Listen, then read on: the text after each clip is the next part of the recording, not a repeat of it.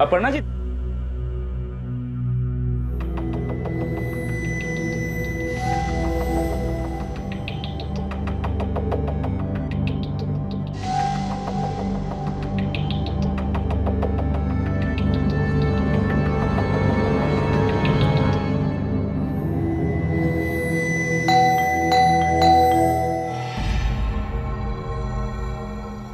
नीरज भाई, क्या हुआ?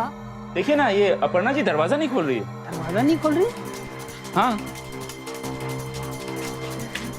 मैंने कई बार बजाया लेकिन कोई रिस्पांस नहीं है, जबकि उन्होंने खुद ही आज मिलने के लिए मुझे बुलाया था। नीरज भाई, अंदर से बदबू कैसी आ रही?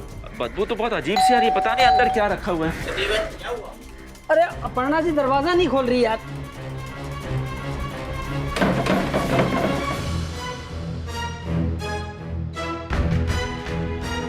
नीरज भाई, अपर्णा जी अपने नौकर हरीश के साथ अकेली रहती थी ना जी। अब अपर्णा जी दरवाजा नहीं खोल रही है तो उनका नौकर हरीश कहाँ है? उसे तो खोलना चाहिए। अरे हाँ, ऐसा करता हूँ मैं हरीश का नंबर ट्राई करता हूँ। हाँ देखिए। उसे तो उठाना चाहिए था।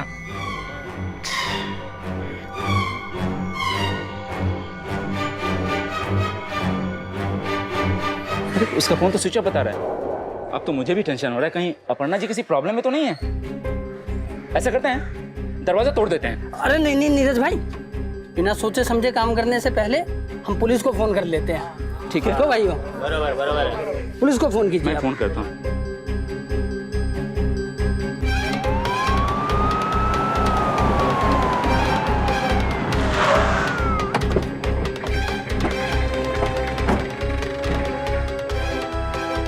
हाँ, क्या हुआ? सर, मैंने ही आपको कॉल किया था। यहाँ अपर्णा जी रहती हैं, लेकिन दरवाजा नहीं खोल रही है और बहुत अजीब सी बदबू आ रही है।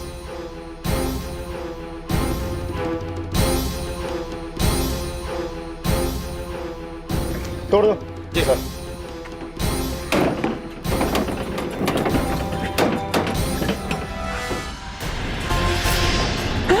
अपर्णा जी, हटो अपर्णा जी, हटो।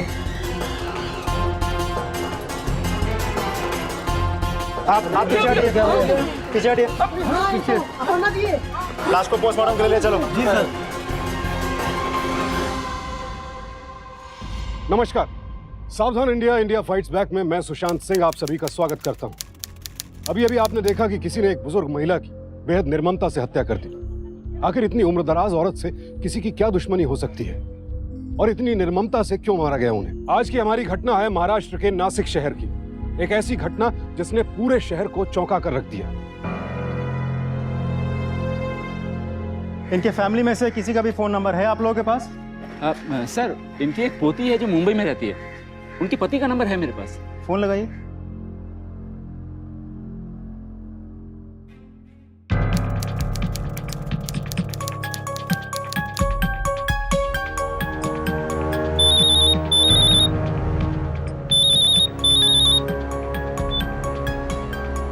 हाँ बोलो नीरज। क्या हुआ संजय? अंजलि, वो दादी। क्या हुआ दादी को? डॉक्टर ने अपनी रिपोर्ट बना दी। अंजलि जी, आपकी दादी की डेथ एक नेचुरल डेथ, इसलिए मुझे नहीं लगता पोस्टमार्टम करने की कोई ज़रूरत है। डॉक्टर के हिसाब से घर से बाहर निकलते वक्त आपके दादी ने पहले लकड़ी का दरवाज़ा खोला होगा और फिर उन्हें अचानक अस्थमा का अटैक आ गया। क्योंकि उनके हाथ में अस्थमा का पंप नहीं था, इसीलिए लकड़ी का दरवाज़ा और लोहे के ग्रिल के बीच में गिर पड़ी और उनकी मौत हो गई। ये घर में कुछ भी चोरी भी नहीं हुई है और जहां तक मुझे लगता है ये कोई लूटपाट का भी मामला है नहीं, so it's a natural death. तो आप लोग अंतिम संस्कार की तैयारी कीजिए।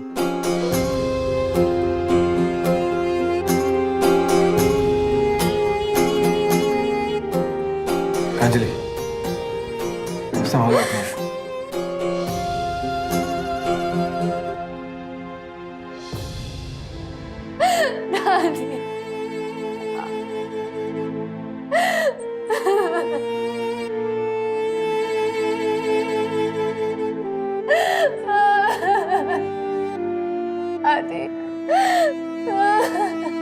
नीरज, देखो ये जगह हमारे लिए नहीं, दादी के अंतिम संस्कार का सारा इंतजाम तुम्हें ही करना होगा। डोंट वरी संजय, तुम अंजलि का ख्याल रखो।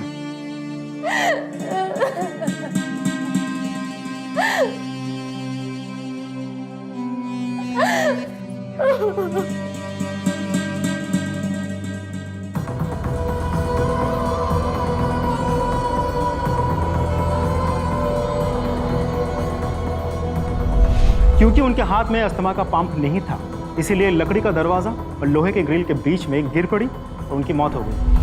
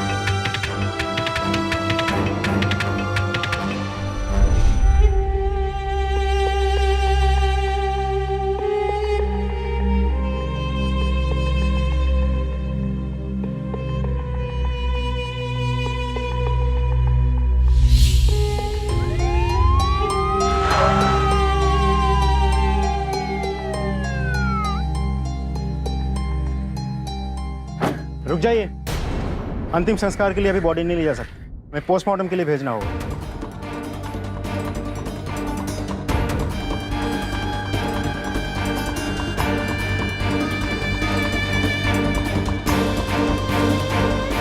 लेकिन इंस्पेक्टर साहब, आपने तो कहा था कि बॉडी को पोस्टमार्टम की जरूरत नहीं है क्योंकि ये डेथ नेचुरल है। क्योंकि आपकी पत्नी अंजलि जी को शक है कि नेचुरल डेथ नहीं एक मर्डर है।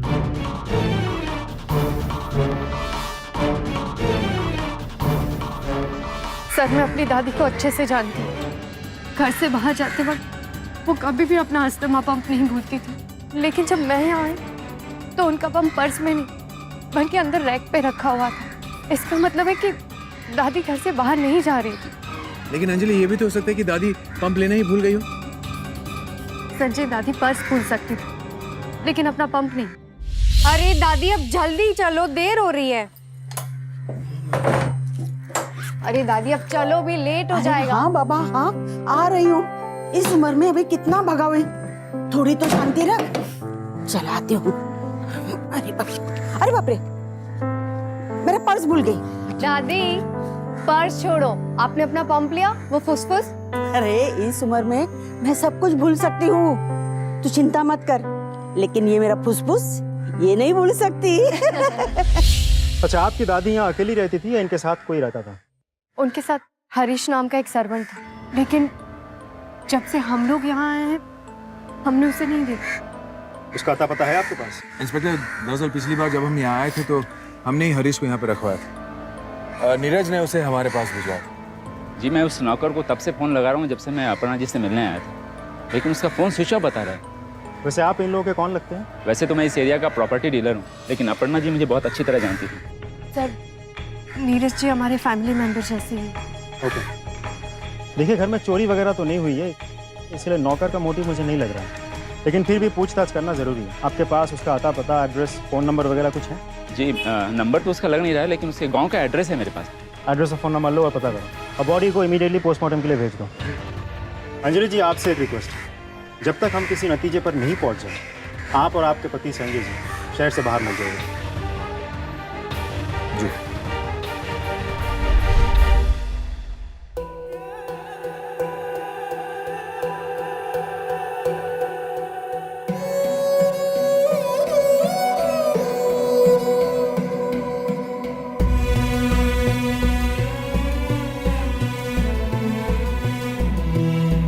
एक बात तुम्हें बोलूं अंजलि, जो इंसान एक बार चला जाता है ना बहुत दूर, तो फिर कभी लौट कर नहीं आता।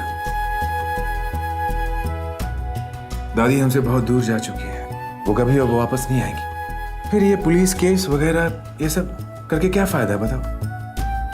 सिर्फ इस यकीन पर कि दादी कभी अपना पंप नहीं भूलती थी। आखिर वो भी एक इंसान थी, भूल उनसे भी हो सकती। तुम जरा सोचो, कोई उनका खून क्यों करेगा? बोलो। और डॉक्टर ने भी क्या कहा? डॉक्टर ने कहा ना कि उनकी डेथ नेचुरल डेथ थी। नहीं संजय, दादी की डेथ नेचुरल नहीं थी, उनको किसी ने मारा है। और जब तक मुझे पता नहीं चल जाता कि किसने और क्यों मारा है, मैं यहां से वापस नहीं जाऊंगी। ठीक है, जैसे तुम्हारी मर्जी। अब मैं इसमें क्या कह सकता हूं अंजलि? अंजलि, मैं एक बात और तुमसे कहना चाहता हूं। देखो, मैं जानता हूं कि ये सही वक्त नहीं है उस बात का, लेकिन अंजलि, वो दादी का जो शहर के बाहर वाला प्लॉट है, क्यों ना हम उसे बेच दें? देखो अंजलि, ना हम यहाँ रहने वाले हैं, ना हमारा यहाँ कोई काम है ना? तो फिर उस प्लॉट को रख के क्या फायदा? और मुझे पता चला है कि अब उस जगह की कीमत भी बहुत बढ़ गई है। तो उससे जो पैसे आएंगे, उस पैसे से मैं अपने बिजनेस में कुछ कर लूंगा।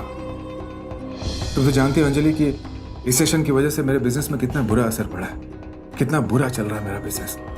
और अब हम यहाँ जब कुछ दिन रहने वाले हैं, तो क्यों ना एक अच्छा बायर ढूंढ लें। ठीक है, मैं एक बार नीरज जी से बात कर लूंगी। ओके। हेलो, जी इंस्पेक्टर सर, ठीक है, हम लोग अभी आते हैं। जी।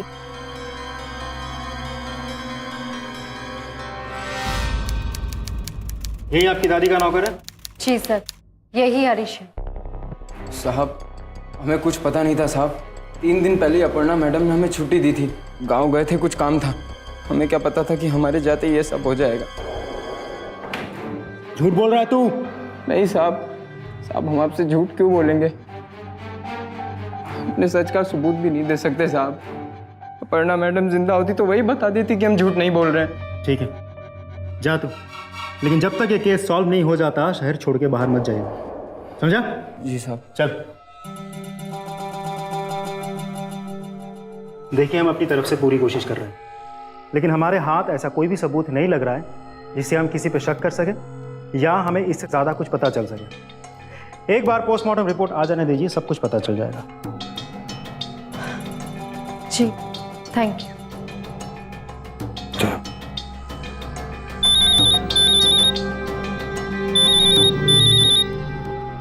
हाँ बोलो नीरज। नहीं, देखो, अभी कुछ पता नहीं चला है। हाँ, वो नौकर हरीश जो है वो मिल गया है, लेकिन उसकी बातों से लगता नहीं कि उसने कुछ किया होगा। हाँ। अच्छा सुनो, देखो, मुझे तुमसे कुछ काम है, मैं तुमसे कल सुबह मिलना चाहता हूँ। चलो हम कल सुबह मिल लेते हैं। ओके? हाँ ठीक है, ओके बाय। नीरज चलो। वैसे प्रॉपर्टी की बात करने के लिए अपर्णा जी ने खुद उस दिन मुझे बुलाया था, लेकिन अभी इस वक्त ये सब बात करना ठीक नहीं है। देखिए, अपर्णा जी अभी अभी चल बसी हैं और पुलिस केस का भी मामला है। देखिए, मेरे ख्याल से तो हम लोगों को थोड़ा इंतजार करना चाहिए। प्लॉट हम बाद में बेच लेंगे। अब हमें इंतजार करके और क्या फायदा है बताइए? प्लॉट हमें तब भी बेचना और अब भी। दादी की जिंदा रहते रहते इस प्लॉट का फायदा उसे हुआ नहीं। कम से कम उनके जाने के बाद उनके परिवार वालों को तो इसका फायदा हो जाए। क्या कहते हैं आप? देखिए, मेरे कहने का मतलब तो सिर्फ। हाँ इंस्पेक्टर साहब। अंजलि जी, आपसे कुछ बातचीत करनी थी, मैं आपके घर आ रहा हूँ। ठीक है, हम लोग अभी घर पे पहुंचते हैं। जी संजय, हमें अभी घर जाना होगा, इंस्पेक्टर साहब आए हैं। क्या हुआ, कुछ बताएं क्या? नहीं, वो तो घर जाके ही पता चलेगा, हम लोग बाद में बात करते हैं। ठीक है, चलो चलो।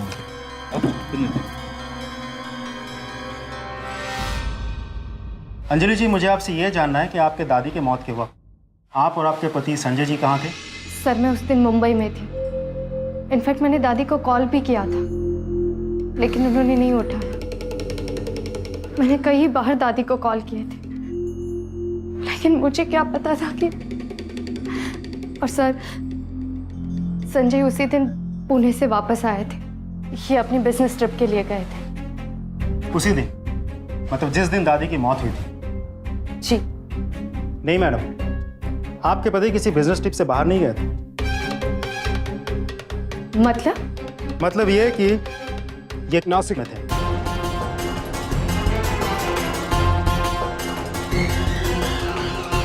हीरा होटल बिल और टिकट। हाँ तो संजय जी, आपने सबसे झूठ बोला, क्यों? वो एक्चुअली मैं दादी से मिलने के लिए यहाँ आया था। ये बात मैं अंजलि को बताना नहीं चाहता था। बात ये है, मैं दादी से प्लॉट को बेचने के सिलसिले में बात करना चाहता था। इंस्पेक्टर साहब, मुझे पैसों की बहुत सख्त जरूरत है, अर्जेंटली जरूरत है। मेरा बिजनेस डूब रहा है। और जब वो नहीं मानी तो आपने उनका खून कर दिया और अब वो प्लॉट बेचना चाहते हैं आप, राइट? नहीं नहीं, ये बात सच नहीं है। मैंने दादी को नहीं मारा। मैं समझ सकती हूँ बेटा, लेकिन तुम्हारे दादाजी की यादें उस प्लॉट के साथ जुड़ी हुई है, इसलिए वो प्लॉट बेचना मेरे लिए थोड़ा मुश्किल होगा।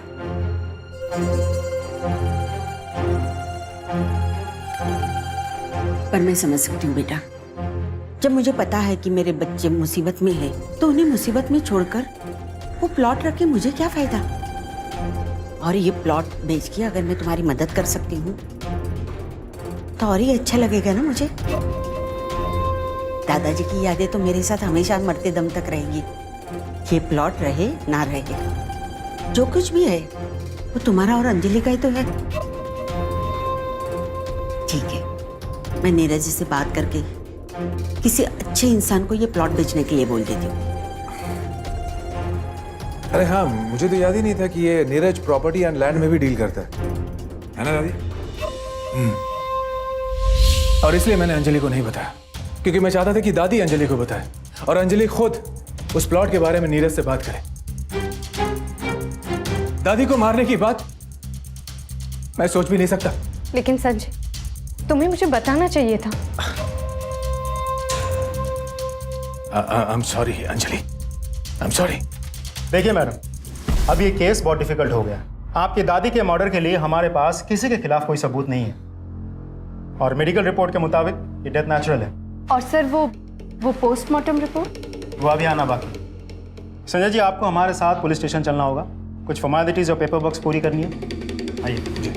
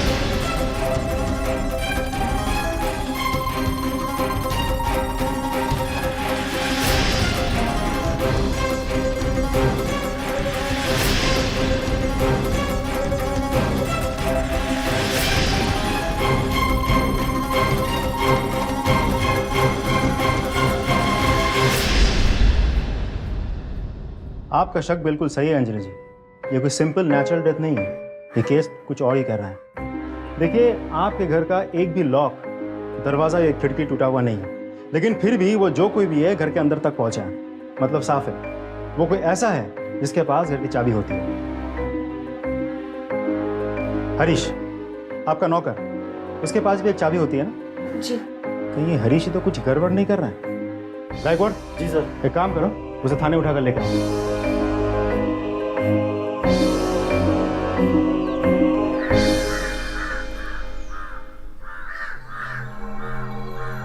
अबे रुक, हाँ इधर आ। साहब।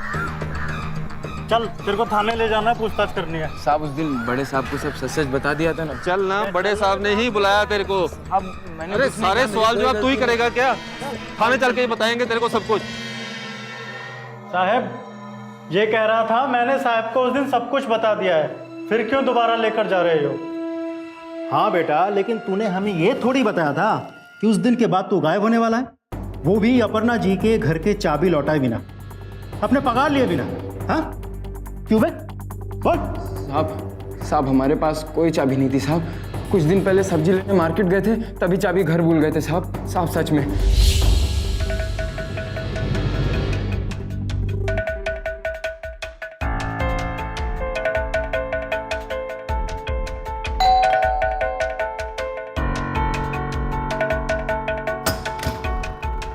बेल क्यों बजाई तूने? हाँ, चाबी कहाँ है तेरी? मैडम वो गलती से चाबी हम घर में ही भूल गए, आइंदा से याद से लेकर जाएंगे। इस महीने में ये तीसरी बार हुआ है तेरे साथ। हाँ, अगर चाबी रख के उसे इस्तेमाल नहीं करना है तो रख के फायदा ही क्या? जा पहले अंदर जा और मुझे चाबी लाके दे। चाबी लेके आ। जी। मुझे चाबी चाहिए। भी मैं हो गई, चाबी ये भूल रहा है।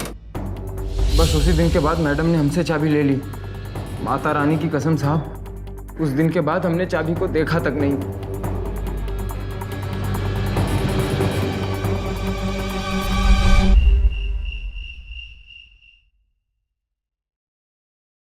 अंजलि, बहुत भूख लगी है। मैं पहले चेंज कर लेती हूँ, तब तक आप भी फ्रेश हो जाइए, उसके बाद खाना लगाती हूँ।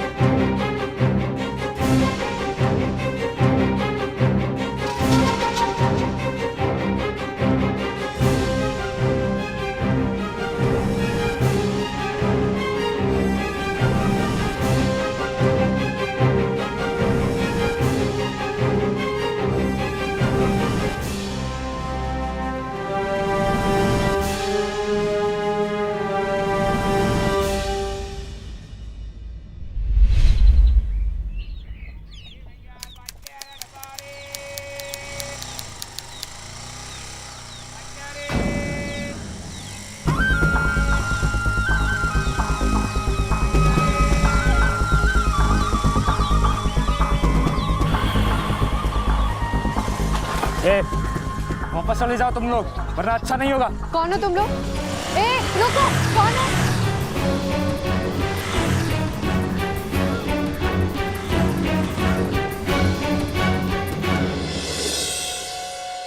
देखो संजय, बायर बहुत अच्छा है, मैं बोल रहा हूँ।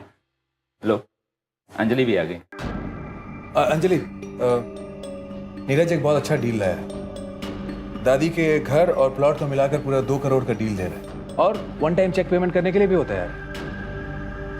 देखो, मैं तो यही कहूँगा कि डील बहुत अच्छी है, दोबारा ऐसा बायर मिले ना मिले। अंजलि, मुझे लगता है कि हमें ये डील कर लेनी चाहिए। संजय, मुझे सोचने के लिए कुछ वक्त चाहिए, मैं इस तरह ऑन द स्पॉट डिसाइड नहीं कर सकती। मैं अभी आती हूँ। अंजलि, जरा बात तो सुनो। संजय, जाने दो, बाद में। अपने साथ हो रही घटनाओं ने अंजलि को यकीन दिला दिया था कि उसकी दादी की मौत नेचुरल डेथ नहीं थी, बल्कि किसी ने उन्हें मारा था। और अब शायद वो शख्स अंजलि के पीछे पड़ा था। खतरा धीरे धीरे बढ़ता ही जा रहा था।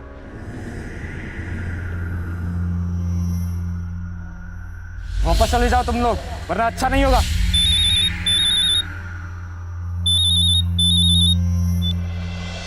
हाँ इंस्पेक्टर साहब। अंजलि जी, आपकी दादी की पोस्टमार्टम रिपोर्ट आ गई है। देखिए, उनकी मौत तो सांस रोकने की वजह से ही हुई, जो कि अस्थमा के अटैक की वजह से भी हो सकता है। लेकिन उनके बॉडी पे ऐसे कई सारे चोट के निशान हैं, जिससे ये साबित होता है कि उन पे हमला किया गया था, किसी ने उनको पीटा भी था। Anjali ji, it's not a natural death, ये एक मर्डर है।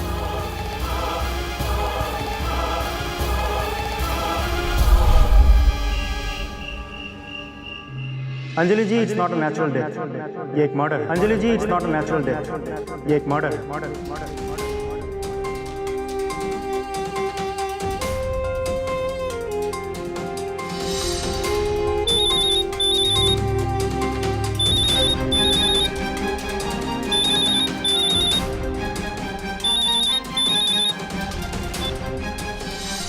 हेलो, तुम इस वक्त अकेली हो या पति के साथ हो? कौन बोल रहे हैं? तुम इस वक्त अकेली हो या पति के साथ हो कौन तुम? सामने आओ ना। तुम्हें फंसाया जा रहा है, आगाह कर रहा हूँ, तुम फंसोगी तुम। हेलो हेलो हेलो,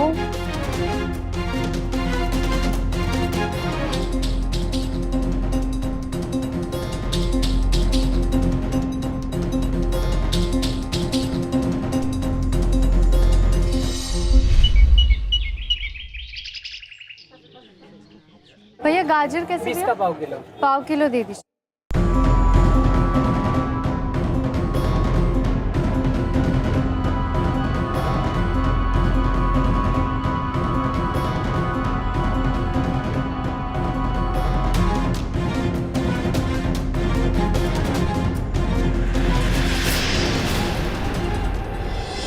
अंजलि को धीरे धीरे समझ आने लगा था कि वो किसी बहुत बड़ी मुसीबत में फंस रही है। सरेआम किसी ने उसे डराने और मारने की कोशिश की। आखिर कौन था ये शख्स और उसे अंजलि से चाहिए क्या था? सच्चाई अब अंजलि से ज्यादा दूर नहीं थी।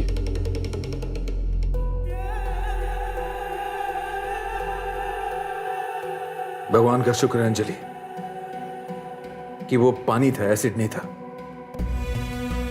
जरा सोचो अंजलि, देखो कोई तुम्हें धमकी दे रहा है, तुम्हें मारने की कोशिश कर रहा है। मुझे नहीं जानना है कि दादी को किसने मारा नहीं मारा। आई नो, मैं जानता हूं कि मैं बहुत रूड और मीन साउंड कर रहा हूं। जरा सोचो अंजलि, अगर तुम्हें कुछ हो गया तो मैं इसे बर्दाश्त नहीं कर पाऊंगा अंजलि, बिल्कुल बर्दाश्त नहीं कर पाऊंगा। अंजलि, अंजलि देखो मेरी बात मानो, ये जो भी प्रॉपर्टी है, ये प्लॉट है, इसे बेच डालो और यहां से निकल लो। तुम सही कह रहे हो संजय। नीरज को फोन करके बोल दो कि हम सब कुछ बेचने को तैयार हैं। मुझे खत्म करना है ये सब।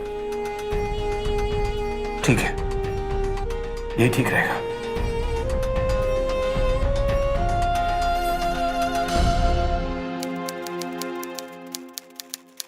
थापर जी, ये यहां पे साइन कर दीजिए।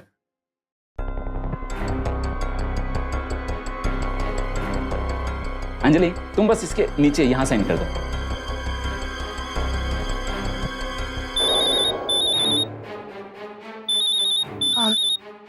Excuse me. हेलो, साइन मत करना, तुम्हें फंसाया जा रहा है। मुझसे एक बार मिल लो, मैं तुम्हें सब ठीक से बताऊंगा। सिर्फ आज साइन मत करना।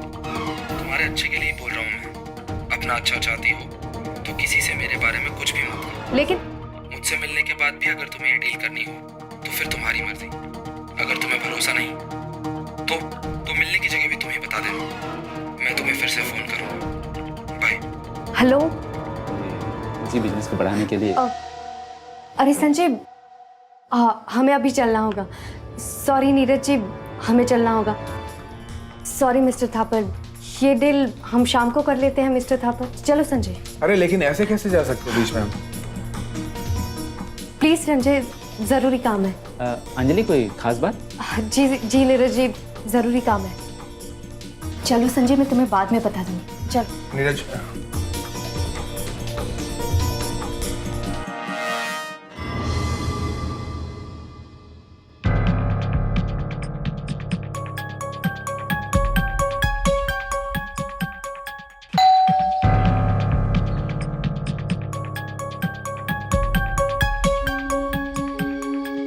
मैं रोहन, मैंने ही आपको कॉल किया था। क्या मैं अंदर आ सकता हूँ? हाँ प्लीज आइए।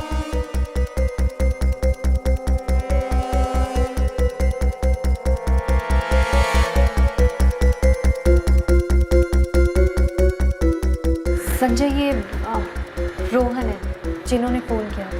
Oh hello. I am so sorry, मुझे इस तरह से आप लोग को बार बार कॉल करने पड़े, लेकिन बिलीव मी, मैं सिर्फ आप लोग की मदद करना चाहता हूँ। ये जो कुछ भी आपके साथ हुआ है या होता आ रहा है, ये मेरे साथ 2 महीने पहले हो चुका है। मेरे पापा की डेथ के बाद सारी प्रॉपर्टी मेरे नाम हो गई। मुझे तो यहाँ रहना ही नहीं था। एक दिन एक डीलर एक क्लाइंट ले आया और मुझे कहा कि ये बहुत अच्छे रेट में तुम्हारी प्रॉपर्टी लेना चाहता है। मैंने उसे सारी प्रॉपर्टी बेच दी। उसने भी मुझे आधा कैश और आधा चेक में पेमेंट करके डील डन कर दी। अगले ही दिन वो कैश का बैग चोरी हो गया और मुझे तब पता चला कि जिस डीलर पे भरोसा करके मैंने अपनी प्रॉपर्टी बेची है, उसने मेरी प्रॉपर्टी मार्केट के रेट से सिर्फ 10% रेट में बिकवा दी थी। लेकिन मैं क्या करता? डील डन होने के बाद किससे लड़ता? जब मैंने और तहकीकात की तो मुझे पता चला कि मेरे पापा की डेथ एक्सीडेंट से नहीं हुई थी, बल्कि उनका खून हुआ था। और ये सब उस डीलर ने ही करवाया था। ये उसी डीलर का प्लान था।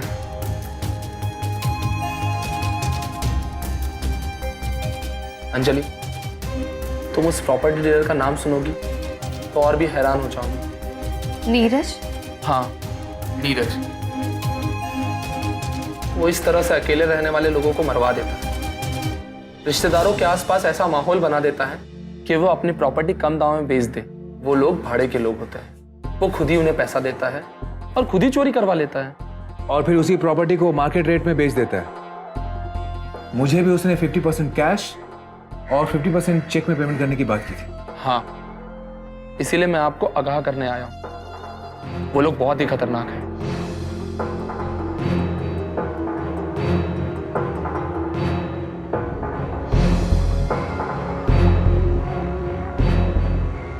हेलो अंजलि जी, आप ये डील कर लीजिए। सब कुछ सुनने के बाद भी आप मुझे ये डील करने को कैसे कह सकते हैं? विश्वास कीजिए, मैं उसे सही वक्त पे अरेस्ट करूंगा। आपकी प्रॉपर्टी आपकी रहेगी।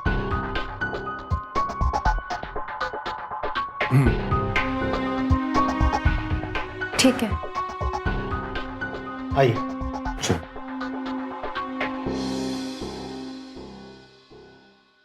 अंजलि यहाँ।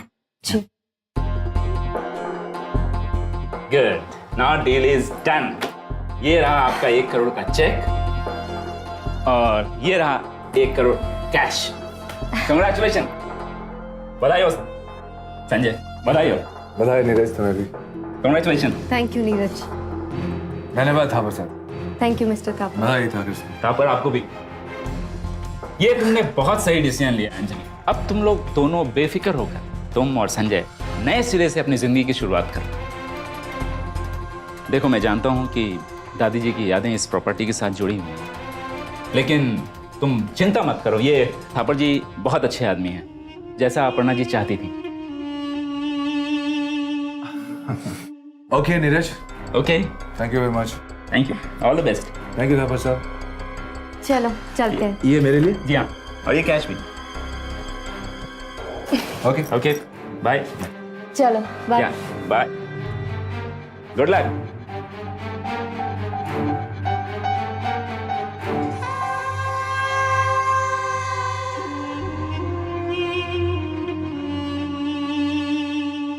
अगर उसने बदतमीजी की ना तुम्हारे साथ तो मैं उसे छोड़ूंगा नहीं। इस बार ऐसा कुछ नहीं होगा सर।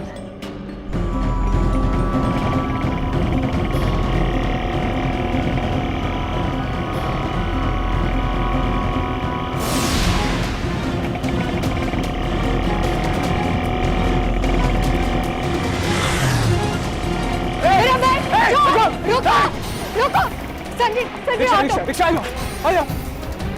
ओए रिक्शा चलो चलो के पीछे चलो। चल चल चल उधर आगे।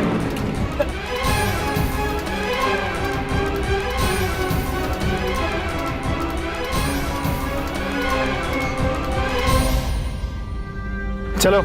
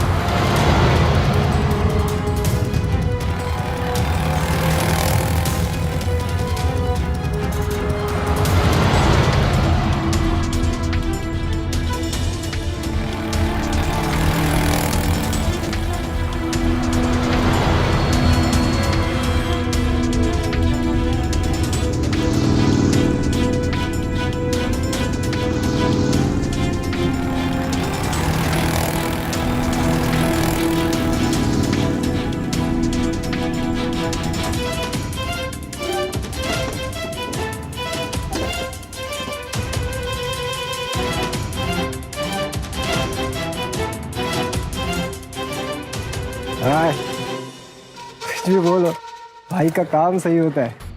अपने पास इतना दिमाग होता ना तो आज ही माल अपना होता।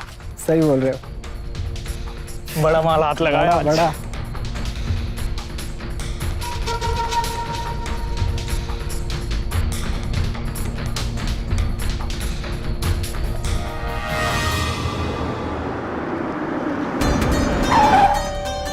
चलो।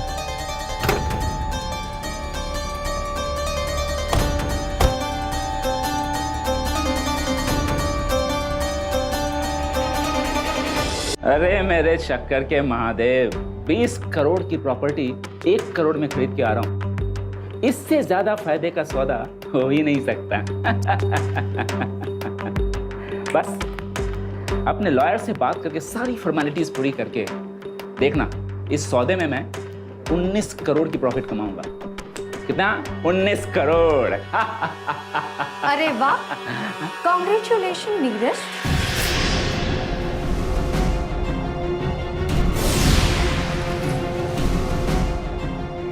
अंजलि, संजय, आओ आओ ना, आओ। प्लान बहुत अच्छा था, सीरियसली आई मीन इट।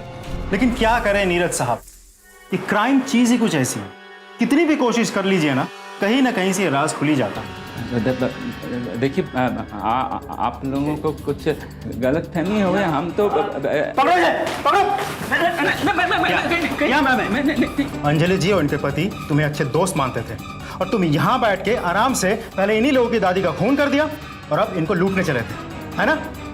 पूरी कहानी क्या है, सच सच बताओ, नहीं तो हम उगलवाएंगे। मैं बताता हूँ क्या क्या क्या किया हमने। ये लोग नौकर रखवाना चाहते थे अपर्णा जी के घर में, तो मैंने वहाँ नौकर रखवा दिए हरीश को। लेकिन वो नौकर हरीश, वो मेरा आदमी था, और जिस दिन वो काम करना था उस दिन। मैडम, हम 2 घंटे के लिए बाहर हुए हैं, 1 बजे तक आ जाएंगे। ठीक है बेटा, लेकिन पक्का जल्दी वापस आना, 1 बजे के पहले। हाँ जी मैडम। ठीक है। हाँ भैया, घर से निकल चुके हैं और डुप्लीकेट चाबी आपको दे चुके हैं, ठीक है? हाँ। और मैंने तुरंत अपने आदमी को वहाँ भेज दिया और उन लोगों ने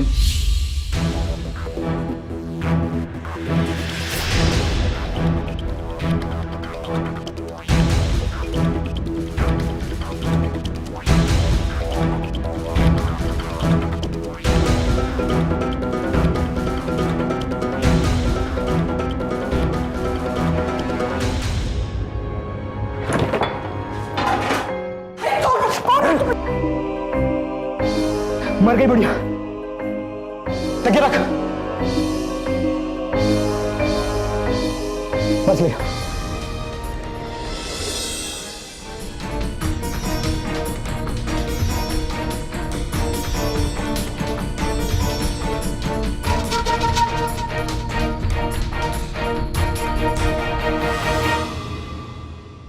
उसके बाद अंजलि और संजय यहाँ आ गए। मुझे संजय के फाइनेंशियल प्रॉब्लम के बारे में मालूम था, तो मैंने इन लोगों पे और प्रेशर डाला। अपने आदमियों से धमकी दिला के और 2 करोड़ का बायर लाके। बायर भी मेरा ही आदमी था। पूरा का पूरा फायदा सिर्फ मेरा ही था। और फिर तुमने इन लोगों के हाथों 1 करोड़ कैश भी लूट लिया, है ना? जी। नीरज, जब मैं मुंबई में होती थी और दादी यहाँ, पता है मैं किस यकीन के साथ वहां चैन से जी पाती थी? ये कि वहां एक शुभ चिंतक है, एक अच्छा दोस्त है जो मेरी जिंदगी की सबसे अनमोल इंसान का ख्याल रखता है।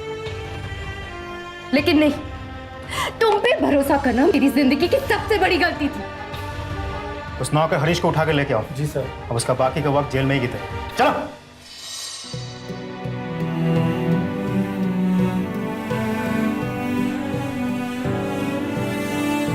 अंजलि, नहीं।